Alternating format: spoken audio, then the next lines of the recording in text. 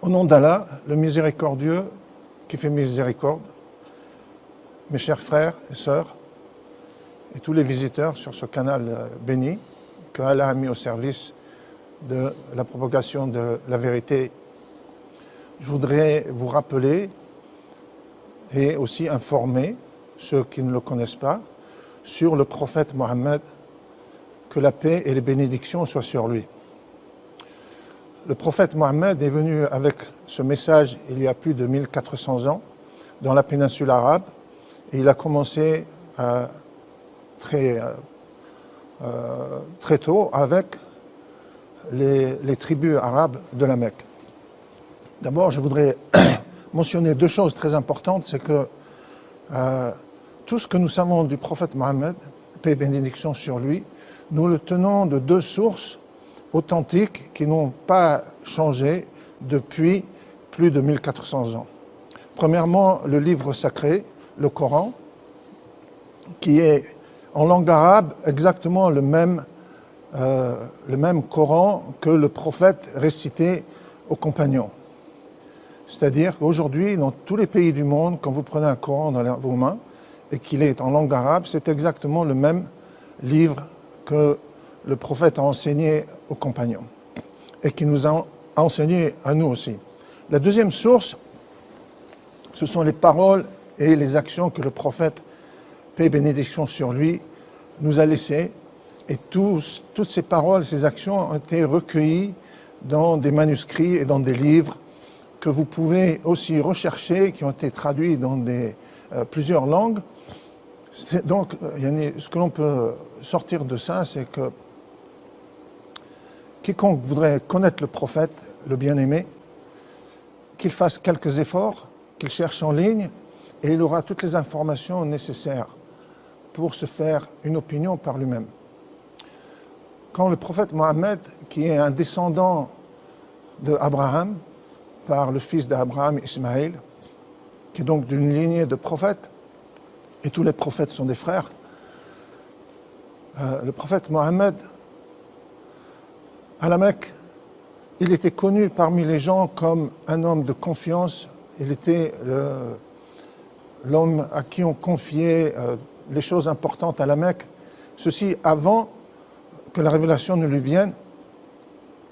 Quand la révélation lui est venue, c'était un fardeau très lourd pour lui, mais il a commencé patiemment à informer les tribus arabes autour de lui qui vivaient à cette époque-là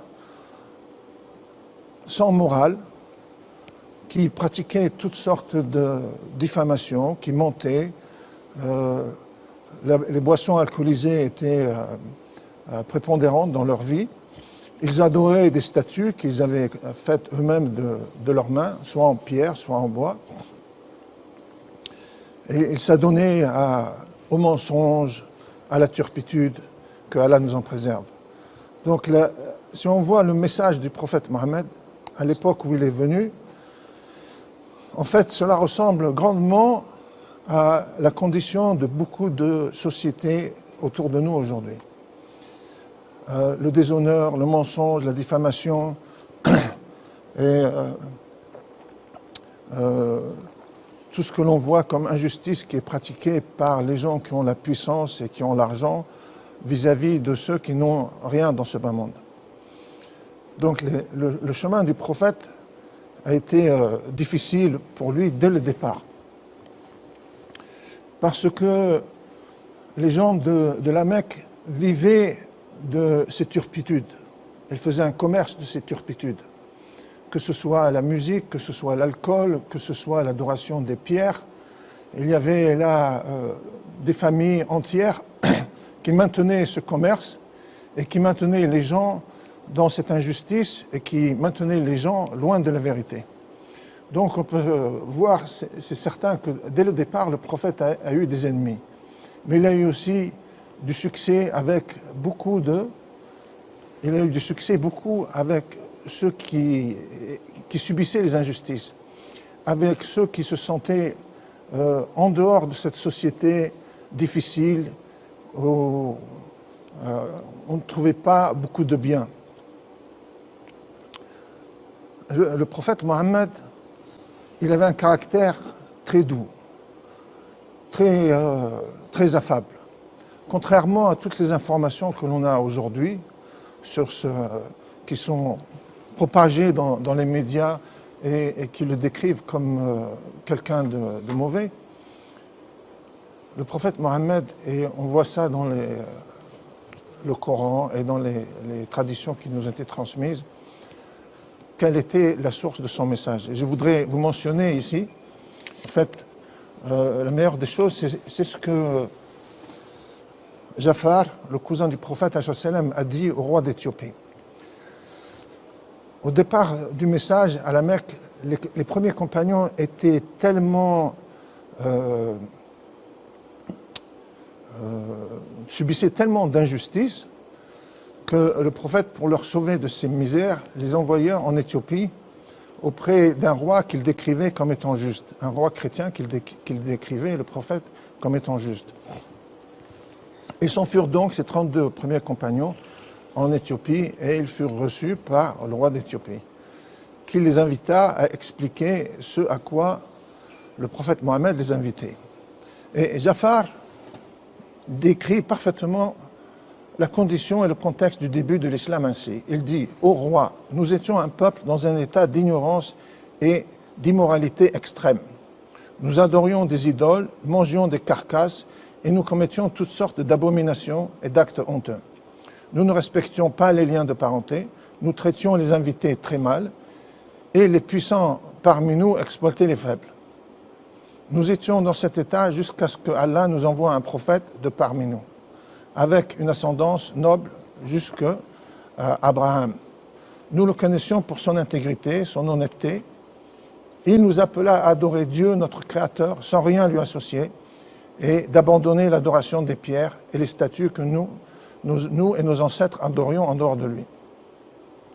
Et Jafar continue et dit « Le prophète nous ordonna de dire la vérité, d'honorer nos engagements, d'être doux et affable avec nos proches, d'être bon avec nos voisins, de délaisser toutes les mauvaises actions, de délaisser les tueries, de faire couler le sang, de délaisser toutes les obscénités, les faux témoignages, de ne pas prendre le bien des orphelins, ni d'insulter et de diffamer les femmes chastes.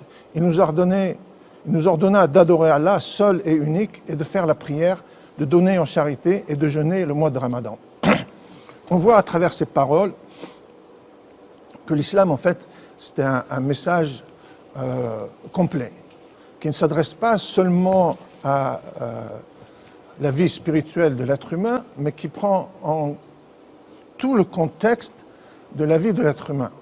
Parce que nous ne sommes pas seulement des êtres spirituels, nous sommes des êtres avec des besoins, qui vivons dans une société, qui avons besoin de travailler, etc. Donc, dans ce message que décrivait Jafar au roi Négus, il explique une condition qui était extrêmement difficile et déshonorante pour tous ceux qui y adhéraient. Et le prophète a amené un remède pour la vie spirituelle et un remède pour la vie matérielle dans laquelle nous sommes attachés jusqu'à notre mort. Voilà ce que le prophète a communiqué et continue de communiquer tout le long de la révélation pendant 23 ans. شيخنا الحبيب حتى نكون حبل الحديث متصل تحدثنا بداية دعنا نبدأ نقدمها بداية عن حال الناس قبل الإسلام كيف كانوا عليه من مظاهر الشرك يعني عبادة الأصنام وغير ذلك هذه تحدثت عنها يا شيخنا. نريد أن نتحدث بعد ذلك حتى نكون الحديث متصل في سياقه ماذا كان يعني ما هي الرسالة التي أتى بها النبي عليه الصلاة والسلام بداية وهي إفراد الله بالعباد وعبادة الله وحده سبحانه وتعالى ونبذ الآلهة والشرك ومظاهر الظلم كلها وأن النبي عليه الصلاة والسلام في مقابل ذلك لم يكن يدعو إلى مجد شخصي. هذا السؤال الآن سننتقل بعدها إلى سؤال آخر لكن دعنا في هذا المحور الآن الله يجزاك عن جل الخير. بسم الله. Donc pour revenir à notre éclaircissement de qui est le prophète alayhi salam et de son message, bien sûr le message de tous les prophètes depuis Adam, c'est l'adoration du Créateur, du pourvoyeur, unique, sans pareil, le message de tous les prophètes, c'est le même dans cette essence-là. Dans ce point, le plus important, c'est de ne rien associer à Dieu, dans tout ce qui est à lui. Nous devons l'aimer plus que nous aimons notre propre personne, tout plus que nous aimons le prophète Mohammed. Nous devons obéir à ses commandements et mettre en pratique avec sincérité tout ce qu'il nous a prescrit dans le Coran et dans la Sunna. Or, les Arabes, à cette époque-là, à la Mecque, s'adonnaient à tout ce qui est contraire à cela, car ils prenaient des statues qu'ils avaient construites par leurs propres mains comme intercesseurs vis-à-vis d'Allah, et espéraient en ces intercessions qu'ils obtiendraient quelques faveurs. Or, cela, bien sûr, est complètement faux. Le seul qui a tout le pouvoir et qui a toute la connaissance et qui a tous les moyens, c'est notre Créateur, Allah subhanahu wa ta'ala. Également aussi, je voudrais mentionner quelque chose de très important sur le caractère du prophète, c'est que c'était un homme très doux et très bon. Et il y a également dans le Coran quelque chose de très important qui est mentionné là-dessus, que je vais vous lire, spécifiquement parce qu'aujourd'hui, nous avons un grand problème, c'est l'ignorance et des gens qui ne connaissent pas le prophète, et même de ceux qui pensent le connaître. Il y a un niveau d'ignorance tellement grand que les gens font ce qui est contraire à ce que nous avons été commandés de faire, et qui disent le contraire de ce qui nous a été commandé de dire, pour nous musulmans. Notre réaction vis-à-vis du mal qui est dit sur le prophète, elle doit être guidée par ce que Allah nous a dit dans le Coran et ce que le prophète nous a laissé comme exemple. Nous devons en toute chose, quand il y a un doute, quand il y a une difficulté, nous référer au Coran et à la Sunna, à la tradition prophétique. Pour cela, je vous lirai un verset du Coran qui dit, le sens du verset, « La bonne action et la mauvaise ne sont pas identiques. Rends le bien pour le mal, et tu verras ton ennemi se muer en fervent allié. Mais une telle grandeur d'âme est seulement le privilège de ceux qui savent faire preuve de patience et de ceux qui sont touchés par une grâce peu commune. » Un autre verset du Coran, « C'est le signe d'une grande sagesse que de faire preuve de patience et de clémence. » Le prophète, paix et bénédiction sur lui, ne rendait pas le mal pour le mal, il rendait le bien pour le mal, ce qui a été une cause pour la plupart de ses ennemis d'embrasser l'islam. Aujourd'hui, nous devons retourner à ces principes fondamentaux.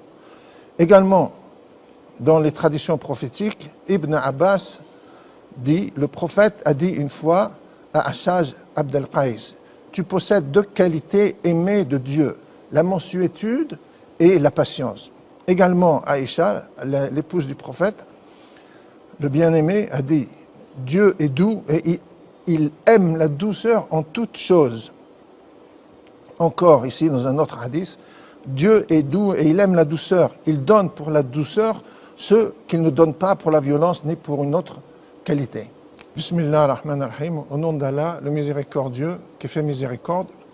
Je voudrais retourner sur quelques caractéristiques du prophète, paix et bénédiction sur lui. L'islam, c'est un sujet tellement vaste que c'est difficile en quelques minutes de le résumer. Mais le principe fondamental que tout être humain doit comprendre, c'est que nous sommes sur cette terre seulement pour adorer notre Créateur. Et afin de bien compléter ce pourquoi nous sommes créés, il faut comprendre la manière dont nous devons adorer notre Créateur. تسمح لي بالمقاطعة الشيخ عبد السلام Yeah. معنا شهادة فقط بس سمحت لي. Hello. Good evening, sister. Sister Joanna, do you hear me? Hello. Hello. How are you, sister? طيب. Alhamdulillah. So, sister, ready to embrace Islam, to accept Islam? Okay. Okay. So I will say the Shahada or the testimony of faith, the Bagsaksi. I will say it slowly in Arabic, then you follow me. Okay? Okay. Okay.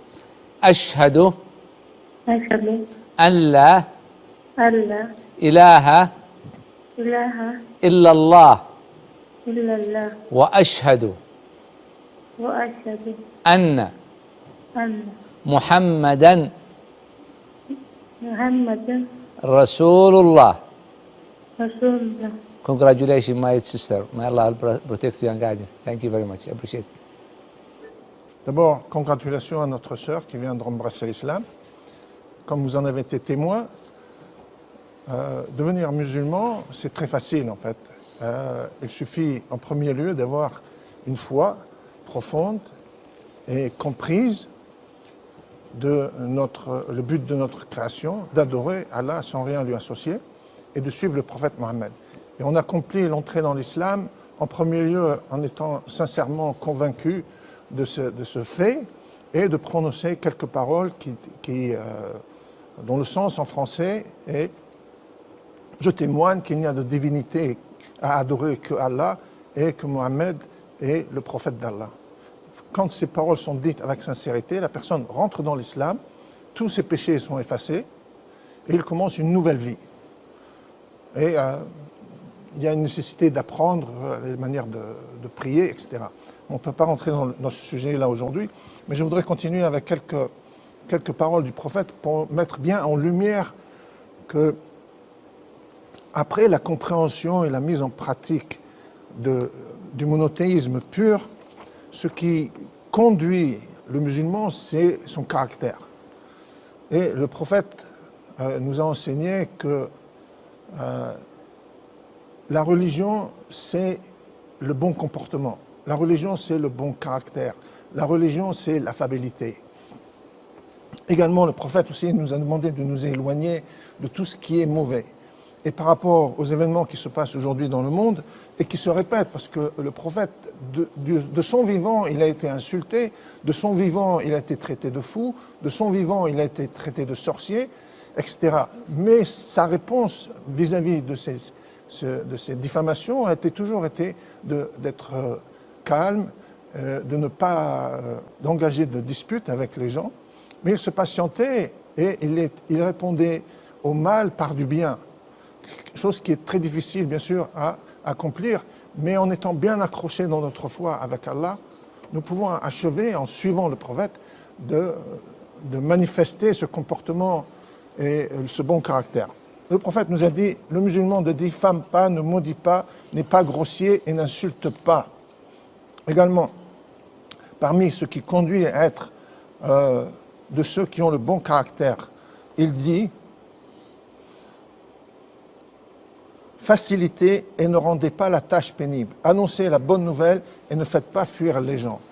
Mes frères, mes sœurs et tous ceux qui écoutaient, l'islam, c'est une religion facile.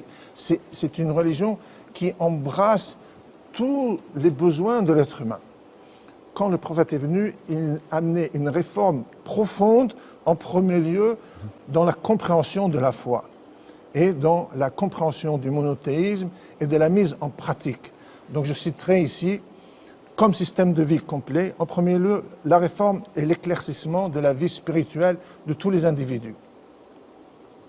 La foi est décrite très simplement et clairement dans le Coran et dans les traditions prophétiques.